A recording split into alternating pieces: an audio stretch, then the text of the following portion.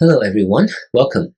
In this video, let's keep talking about this small knight enclosure from the 3-4 point. After making the last video, I thought that was it because I covered most, if not all, of the variations that you need to know as a beginner, as an amateur player. But then I thought this pattern is so important, right? You're definitely 100% going to see your opponent play this pattern, and you yourself will almost certainly experiment with this small knight's enclosure from the 3-4 point at one point, right? This is such an important enclosure, right? Why do people play it? Because this enclosure has such a strong grasp on the corner territory. It is very hard for white to beneficially challenge the corner territory without giving black a very, very nice wall on the outside. But still, it is very important, even for beginners, to know that there is something white in the situation can do to challenge black's development, to check black's development, right, from this pattern to the upper side and to the left side. And that's what we talked about last time. So at the beginning of this video, I just want to zoom out and look at the pros and cons, right? The pros for black really is just the grasp on the corner territory. Everything else is a con, not a huge con, right? No huge downsides to black, especially for amateur play, right? Being a little bit over concentrated, not a huge problem, right? AI doesn't really like it, but if you're a beginner, doesn't really matter. If you're an amateur player, most likely doesn't really matter. But of course, being a little over concentrated, as I said, this is really a one-space extension. It's a little bit slow. But given the upside, which is the control of the corner territory, right, that's not too bad, right, being over-concentrated. But then there are other things, other downsides. Also not as big as the upside, but they add up, right? And that is, white actually has the option to check black's influence either on the upper side or the left side in the situation, right? As we said, this shoulder hit is something that white can do very, very easily. And what's a headache for black here is that white can throw this stone away. So this is very, very light for white. White has a lot of choices. White can play away, white can throw this stone away, and white can add a stone here whenever it wants. Right, so white actually has a lot of flexibility, as we mentioned before. One additional variation to mention, right, after 1 and 3 this setup, as I mentioned, there's not a whole lot black can do, right? If you play this is not great, just black being more over-concentrated. Number 4 and 6 are not doing anything. Or black can just play on the upper side, something like this, play an extension. We can play this clamping move, but most likely black will play away. Black will just admit that it cannot really develop very easily toward the left side here. And then white has this attachment, which further limits black's development on the upper side. But there is one move that's actually pretty effective in this situation for black, and that is this clamping move, right? We only talked about this tiger's mouth and this hane, but there's also this move, this clamping move. White cannot just give up number 5. It would seem a little weird if you clamp on the outside and just give up this stone. Something like that. Maybe not great. Not great. Also, you cannot stand down, right? If you stand down, you only have to crawl on the second line. So this is not okay for white. So white will have to extend here on the 4th line. And what black will do is to push through, all the way through. And number 1 and number 3 are almost totally wasted stones. So this is really a black wall with 5 stones. But of course the corner is weakened and white will want to get a piece of the corner. But what's interesting is that white actually cannot kill this black stone, cannot kill the 3-4 point, because white is short on liberties. Number 20 is a tari, and number 19 will be swallowed this way. So this is actually not okay, right? This is the best white can do, and this is not okay. Black still has the corner territory, a huge wall, and white has nothing, really has nothing. And it's really short on liberties here. So this is not okay. So white can only Atari here, then white will just extend. So this actually will favor black. This slightly favors black because of black's wall and because number 1 and 3 are completely cut off. They're almost useless by this point, right? But of course, white's shape on the upper side is not bad. So if white really wants to play on the upper side, right? If you play number 5, you really want the upper side. This is not a bad exchange for white. But if you do not consider the preference for either side, this slightly favors black because I think the wall is so strong. So that's just one more variation to add. But still, this shows you the flexibility and just the ability for white to prevent black from developing on either side.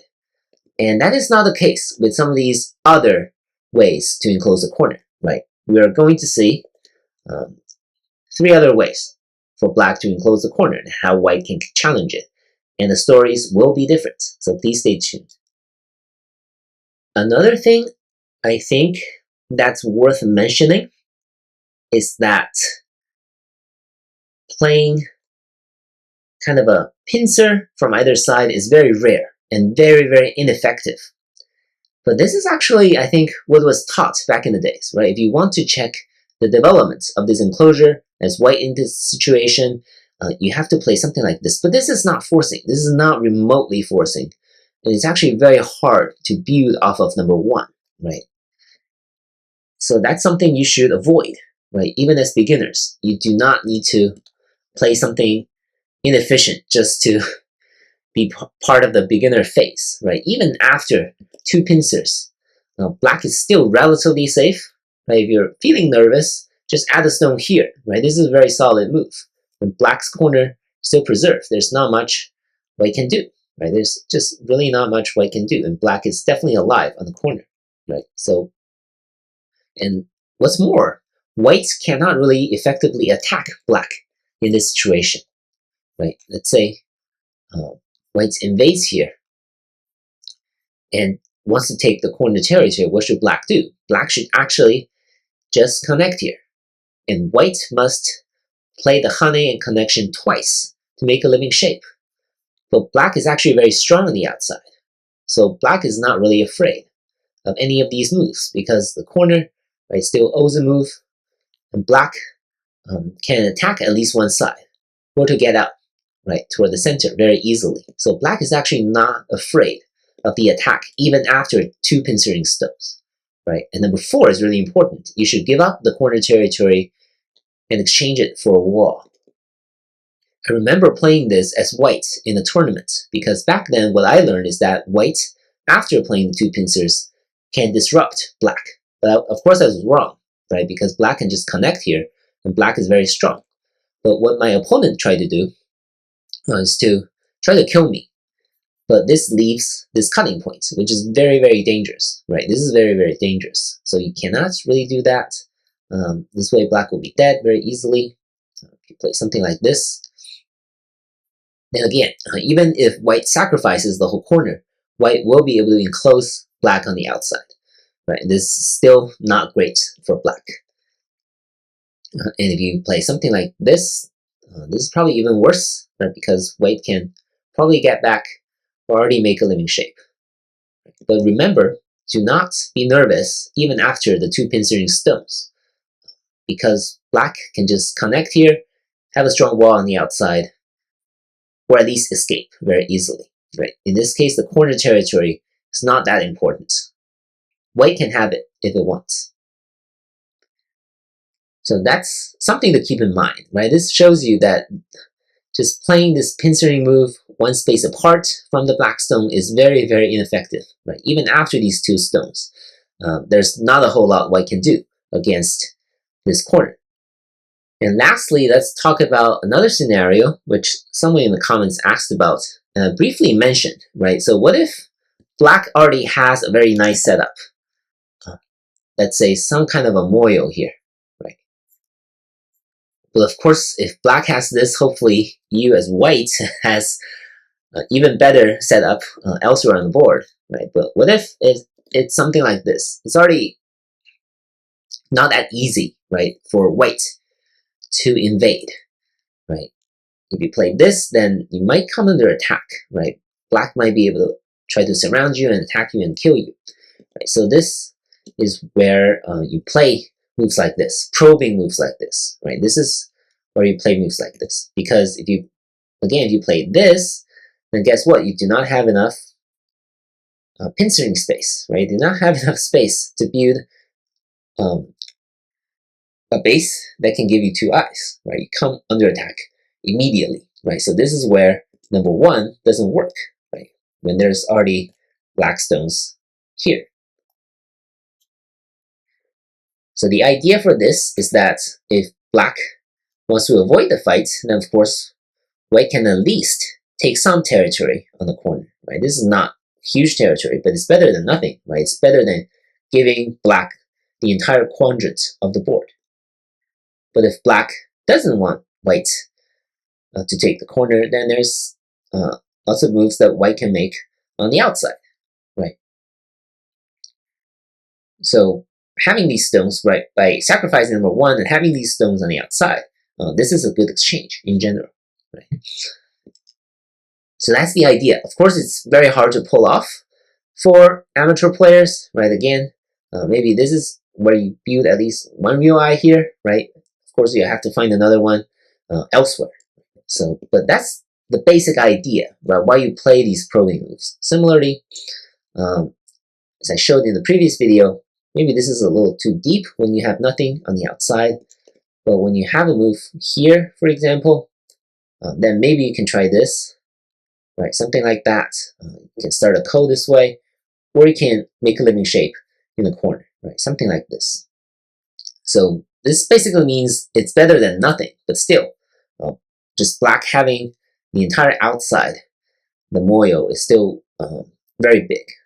So the best way for white to prevent all this is to get to this pattern sooner rather than later, right? Get to the big points on the upper side. Of course, that is a priority for both sides in this situation, right?